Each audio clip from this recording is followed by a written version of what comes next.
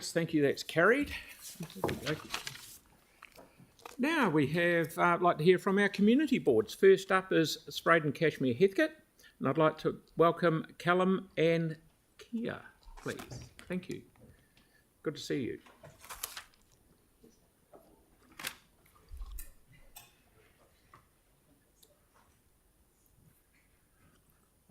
Tēnā koutou katoa.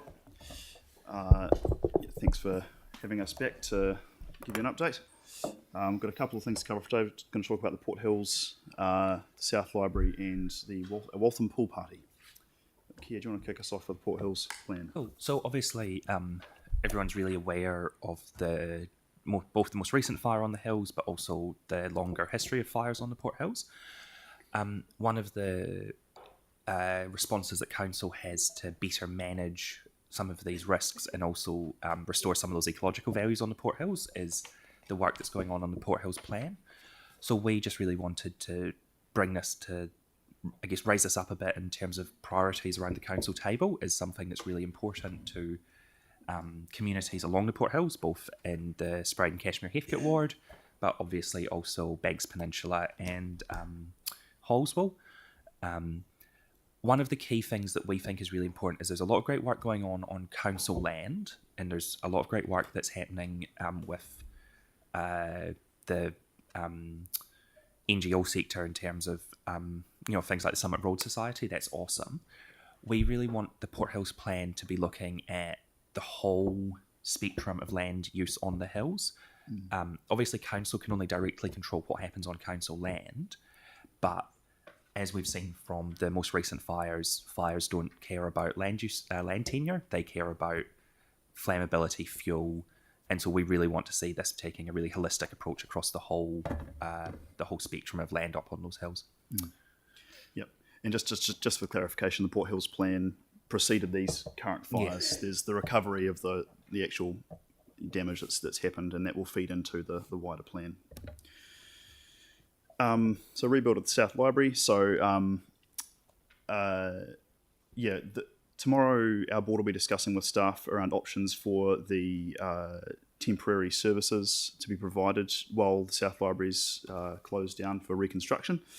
There's lots of different options that have been tabled in terms of utilising other spaces or alternative services like the mobile library, etc. But we're looking forward to getting some more information about that from staff tomorrow. And I guess just one of the things that we're really, really keen to understand is we know there's going to be a change in levels of service. We know that's inevitable. What we want to do is, this is one of the busiest libraries in the network. How do we maintain as much as possible within those constraints? Yeah. And then how do we communicate that to the community as well? Because, when you've lost a big building, you cannot maintain the same levels of service. That's just the reality. But what is it that community is going to be expecting in that time while the library's out of action?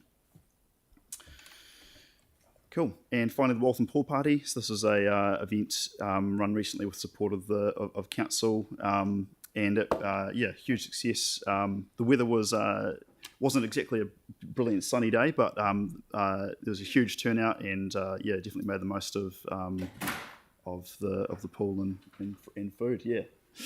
So. And we hope to see you all at the upcoming pooch party at Waltham Pool as well. That's right. Yes. If you have a dog, bring it along. Even if you don't, just come along, have fun. Cool. That's all from us. Excellent. Thank you very much. Has anyone got any questions? Councillor Johansson, please. Thank you. How much budget's available for the Port Hills plan, and how much resources are required to deliver it? And is it being done in a time frame that you're happy with? So, do you want me to? Yeah. So, budget is obviously something that's happening through the long-term plan process at the moment. At the moment, there's internal council resource, essentially staff time is the major thing. In the long run, that budget is going to be massive because that's about the whole spectrum of revegetating the Port Hills, restoring the ecological stuff there. So that's a massive conversation. We would obviously love to see more and faster. Of course we will, but I think that's probably a conversation for the long-term plan that you'll be having as a council. So we'd really put a plug in to support that work. Yeah, and the plan as well. I'll just add to that. It's in very early stages. It's not an operational plan at the moment. It's something that's being worked up, and it's still in the process of being developed by by council. Our board is really, really keen to see that the community and the various community boards and the landowners who have a stake in the Port Hills are involved in the development of that plan from ground zero, essentially. What we'd like to see is, consultation very, very early, rather than a plan being developed and then dropped down for everyone to comment on. We'd like to have a plan that's developed with all those stakeholders right from the beginning. So what's the key date for the right plan? from the get-go. Yeah. What date are you expecting the plan to be finalised? We don't have a date yet. Okay, thank you very much for your presentation. That's perfect timing.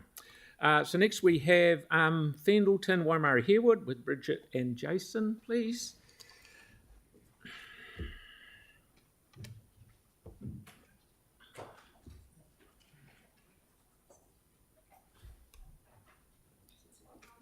Hey everyone. Good morning.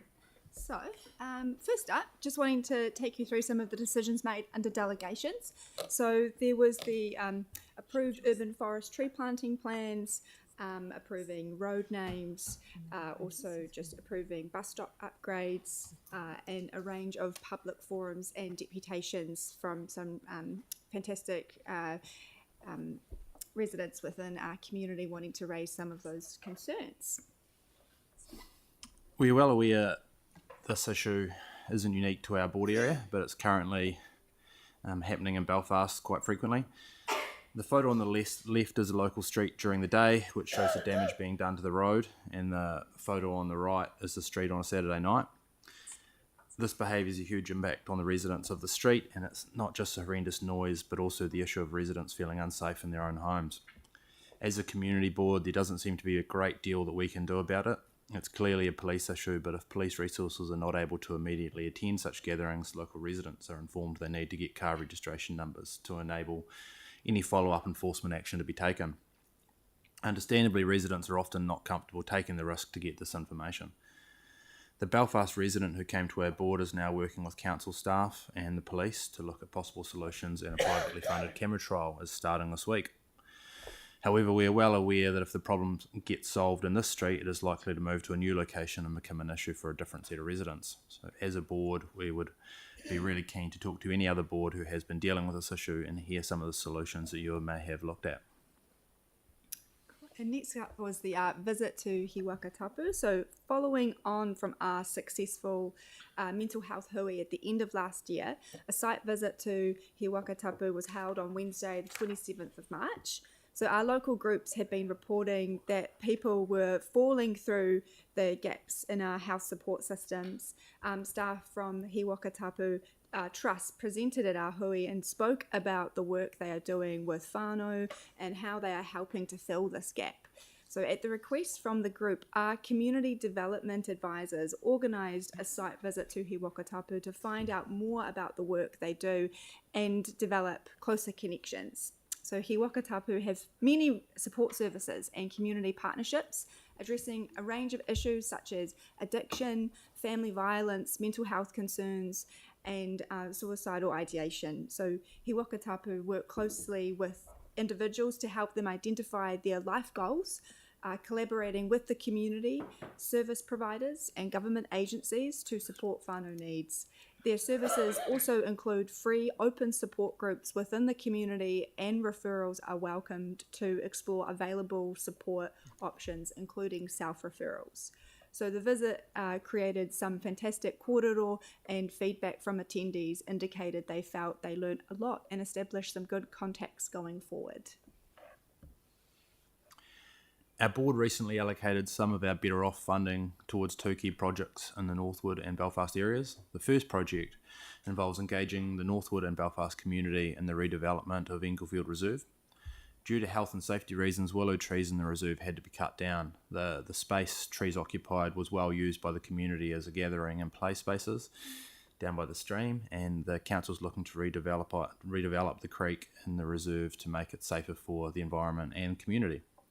Once this work is done, the community, through connections with the Northwood Residents Association and Belfast Community Network, in partnership with council, will look to do their own improvements in the area to again create a great community space. This may include, but not be limited to, a nature play space, educational components and community planting projects. The second project will create community connections and increase community resilience through involvement and engagement in beautification projects in Northwood. When the area was developed, the subdivision included a number of road structures and features. Many of these structures are now looking very tired and in need of some TLC. Working with the Northwood Residents Association, the project will seek input from local residents immediately surrounding each feature on how they would like their feature maintained and beautified to create a sense of belonging to the immediate space and the wider Northwood community. There are 8 features like the one in the photo to the right. This particular feature has already been cleaned and painted by residents in the Residents Association colours. Cool. And last up, long-term plans. So as with all the community boards, the next few weeks are going to be very busy in terms of engaging with our communities on the draft long-term plan. We have a number of local pop-up events which we'll be hosting, including Avonhead Mall and Bishopdale Mall. We are really looking forward to hearing feedback from our residents. We'd like to take the opportunity to thank the engagement team for all the work they have done on preparing the draft document and the collateral they have prepared for us to use at our various engagement activities with the public. We particularly want to acknowledge the work that has gone into the development of the bubble tool, as a number of residents really like the interactive, easy way to find information on the council's various proposed projects. So that's us for this month. Thank you so much. Thank you very much, both of you, for a fantastic presentation. Okay, so we've got Emma. Is Simon here? No. Papua New Innis Central. Kia ora koutou. Apologies from Simon for his absence today. Thank you again for the opportunity to present to you today. As usual, I'm just going to give you a quick rundown on what happened in our March meeting and highlight a few happenings from our board area. So at our last meeting, we approved the tree planting plans for Cambridge Green and Marblewood Reserve. These are 2 smaller green spaces in the central city and Papanui, and are quick wins for increasing tree canopy cover in these areas. We granted $3,500 from our discretionary response fund to the St Albans Residents Association for their website, and $500 from our youth development fund for a local gymnast to travel to Colombia. We also approved some larger amounts from our Better Off fund towards 2 community pool projects, the Edgeware Pool project and the revitalisation of the school pools at Shirley Intermediate School for use by the wider community.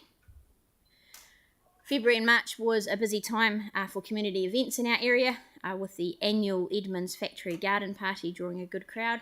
Attendees enjoyed music, games and kai, with the purpose of the event being to promote the gardens as well as provide an entertaining afternoon for the local community. The Sticks Living Laboratory Trust put on a bus trip in early February for elected members and staff of the 3 community boards which cover the river's catchment area. This was a fantastic opportunity for us to learn more about significant sites in the catchment and the work the Trust is doing in the area. We visited the Christine Heremaya Field Centre, a number of different planting areas, got drenched in a downpour while viewing some hidden springs, and walked a brand new section of the Source to Sea walkway. In March, we had our first community liaison hui for the year, bringing together community groups from across our board area. This was a great opportunity not only to hear what those groups are up to, but also for us to inform them all about the long-term plan and the Strengthening Communities Fund. March also saw Shirley Shine back again for 2024, and this event in McFarlane Park just keeps getting bigger and better. The Shirley Community Trust knows how to put on an amazing event for the local community with a heap of free entertainment and fun for young and old. Huge thanks to all the volunteers, stallholders and vendors who helped make the event the success that it was.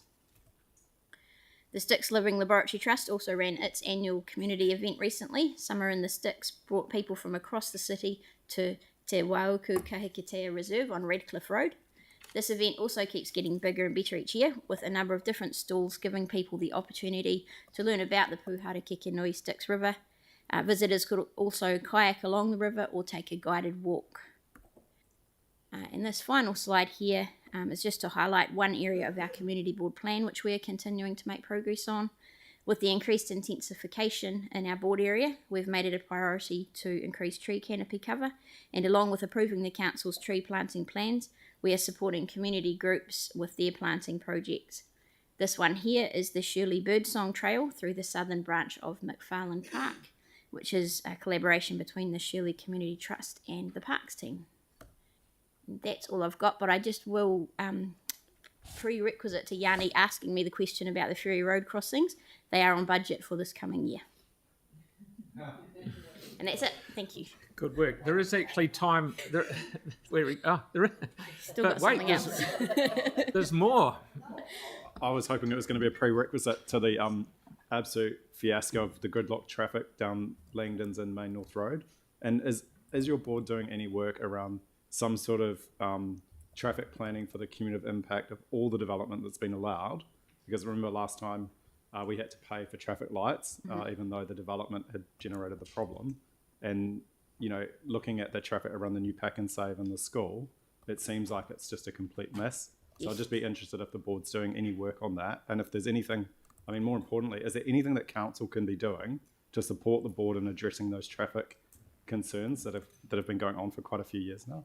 We had this exact discussion with our transport staff who were at our briefing last week. We know that the area is a mess at the moment, and it's been made worse with the Marion College and Pack and Save. We are, and transport staff are working through what can be done, and it's an ongoing issue that we will continue to push.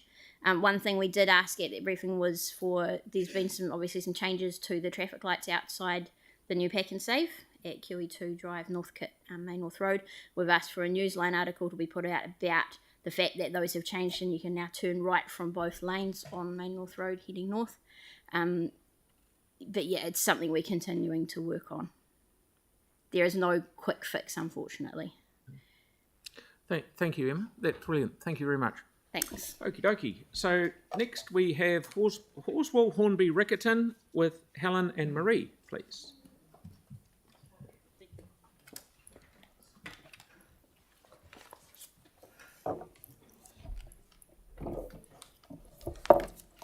Magandang umaga po sa inyo lahat. Morena. Thank you for this opportunity to present to you the monthly report of the Waipuna Horswell Hornby Riccarton Community Board on its decisions made under delegations and the activities that have occurred within the board area in the past month. Now, first off are the approval of new road names for developments occurring at 185 Kirk Road, Templeton, and 48 Quaves Road, Holswell, and also the bus stop upgrades on Riccarton Road along Shan Crescent.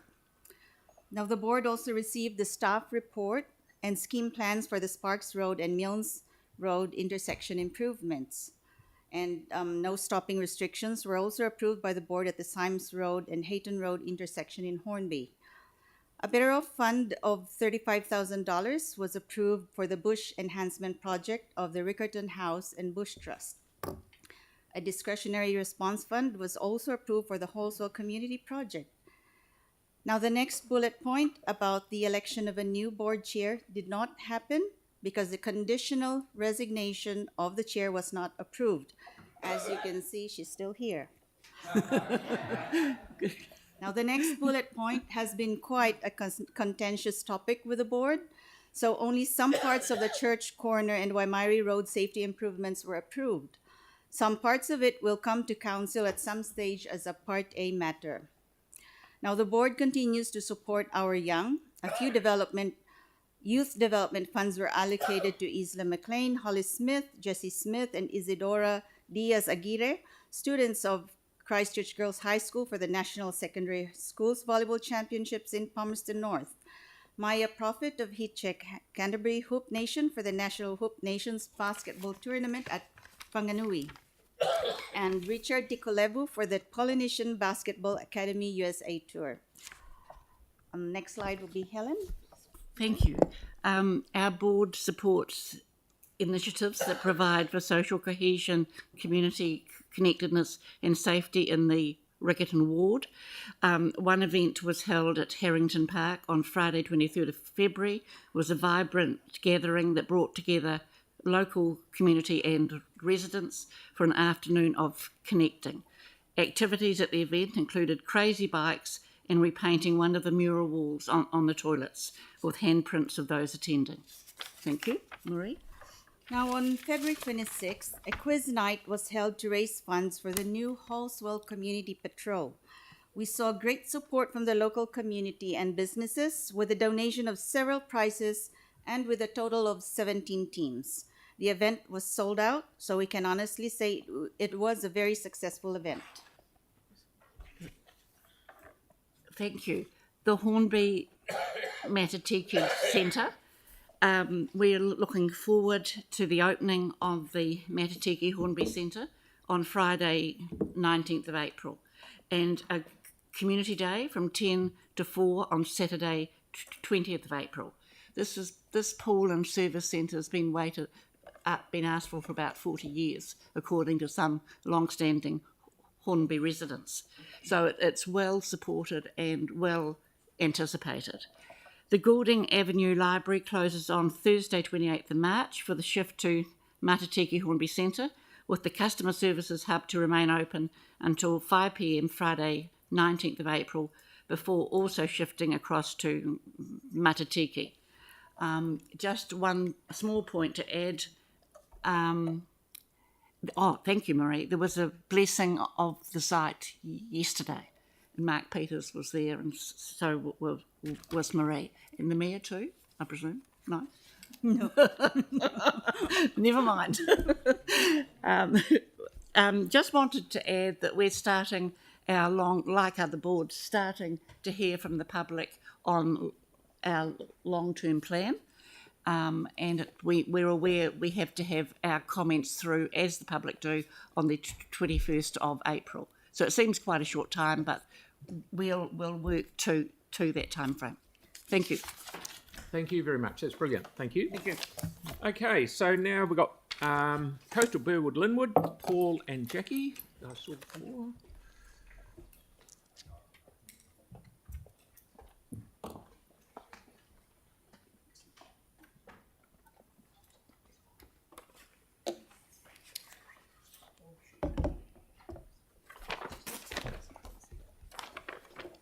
Tēnā koutou katoa, kura mātua me ngā kanihera. Maururu koe mō te whakarongo ki a mātou e tēnei ata. Mihi mahana. So as usual, we'll start with some of the highlights from the ward.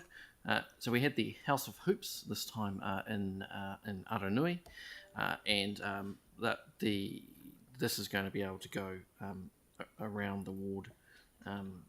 Around the ward area as well. And then we had the farewell to the kuaka. So the event was organised, delivered in partnership with South Shore Residents Association and Council Park staff. Had a fresh pool party, which was held at Te Pau Toi Toi on the 1st of March. And there's going to be one of these run on the last Friday of every month this year, which is pretty cool.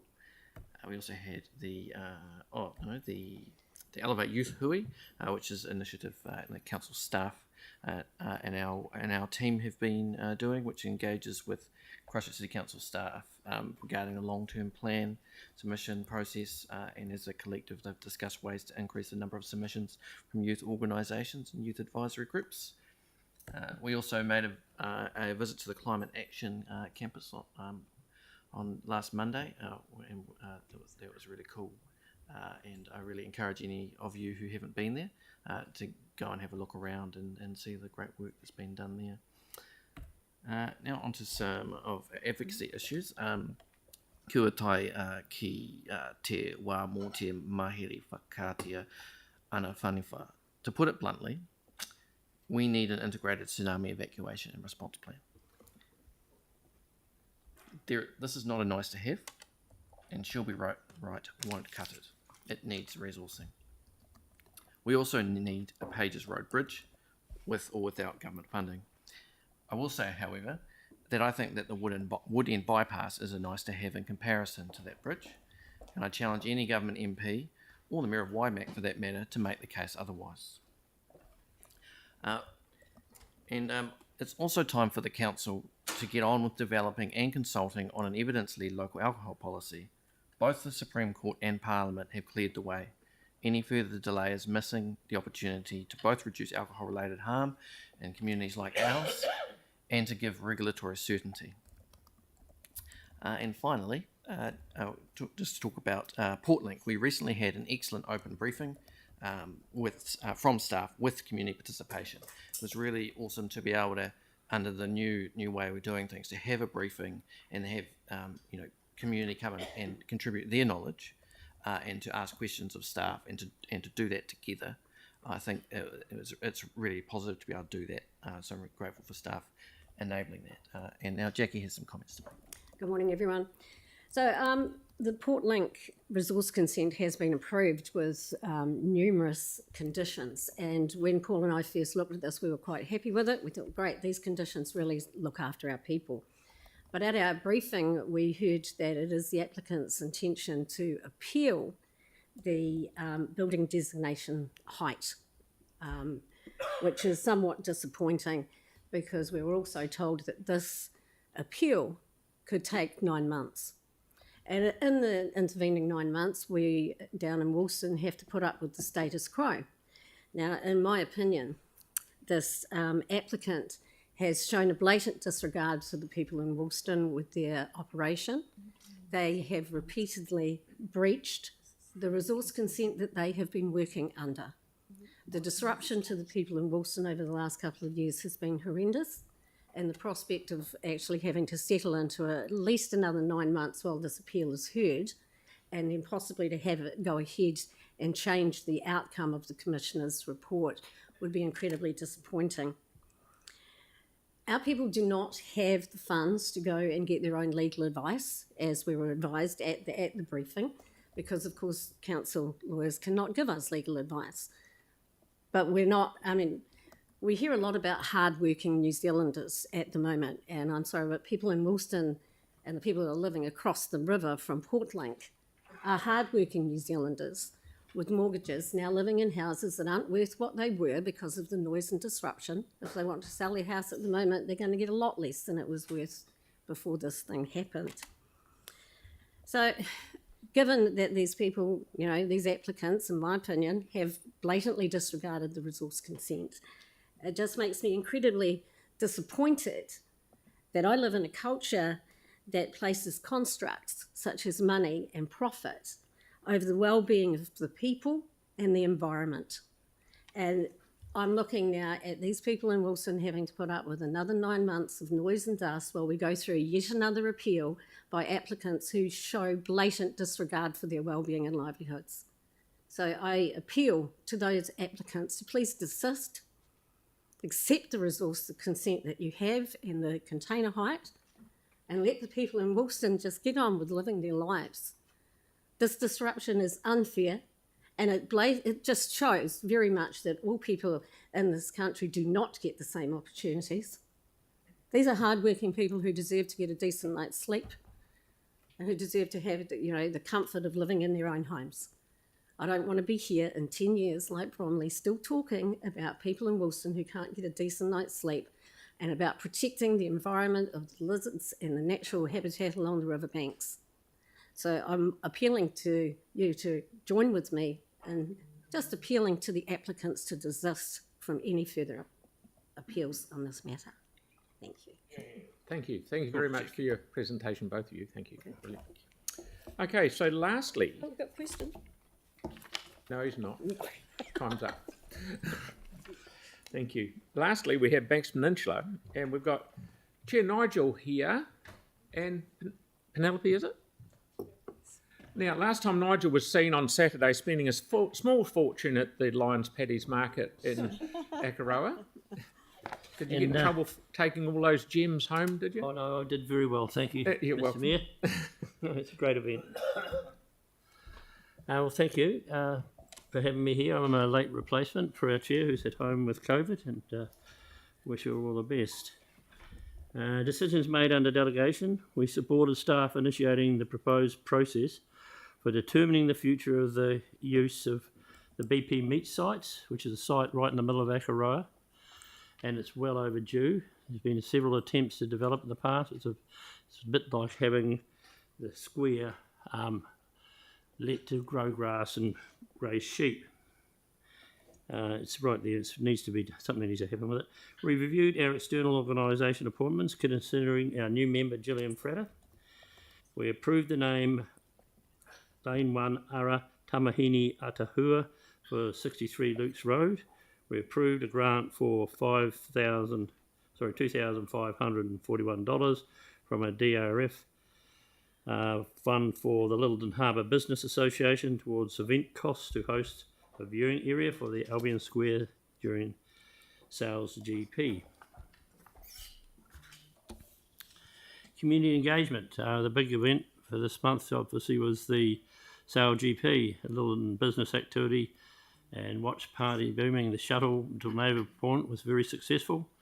From the city to Naval Point, excellent, and the traffic management was well done, and a real credit to all of those involved in that organisation, and it would be a shame to lose it. Community focus, shared pathway from Little River to Cooptown, well overdue. This is so children can walk safely to school. The idea came out of the Little River Big Idea strategy.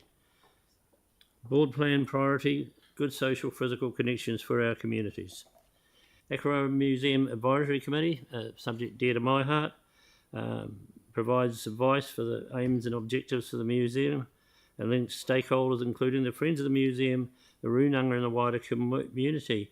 It's actually at the moment going through its collecting policy, which is very strict around being focused very heavily on Akaroa's history.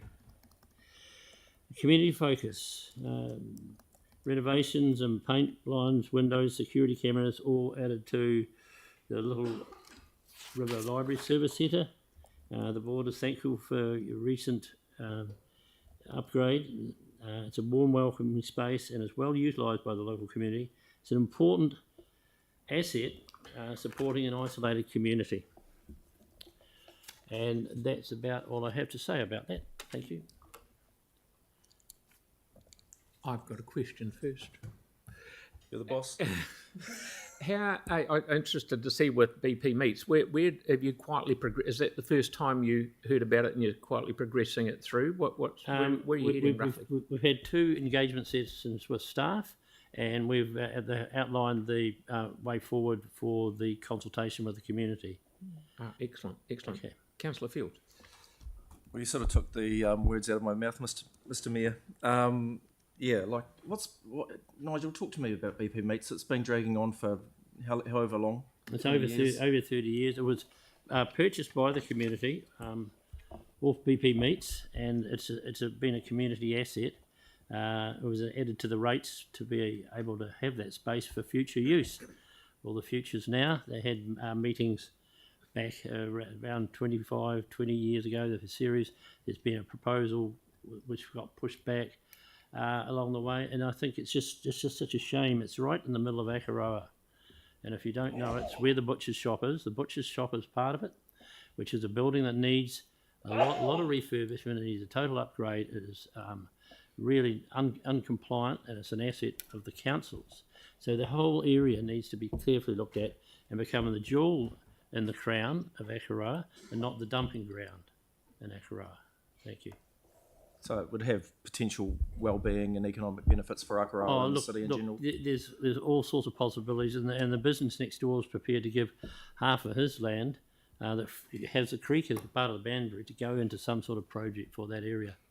So it's a really good time to do something. I know money's tight, but I think if we get some sort of funding through some sort of developer or development opportunity, it could actually add to the housing issue over there, help support the housing issue, and maybe long-term rental or housing, because that's a real problem. Not to predetermine any outcomes, of course. It's it's totally blank. No, that's right. I'm just saying there are lots of opportunities, multiple options for that site. Brilliant. Not trying to preempt anything, sir. No, far be it from any of us. Thank you very much, Nigel. It's good to see you. Thank you. Cool. Thank you. Okay, thank you to all the boards. I'll now ask for a mover and seconder, Councillor Peters and Councillor Henstock, to receive these monthly reports from the community boards. All those in favour? Against? Thank you. That's carried. Now we're on to item 11, which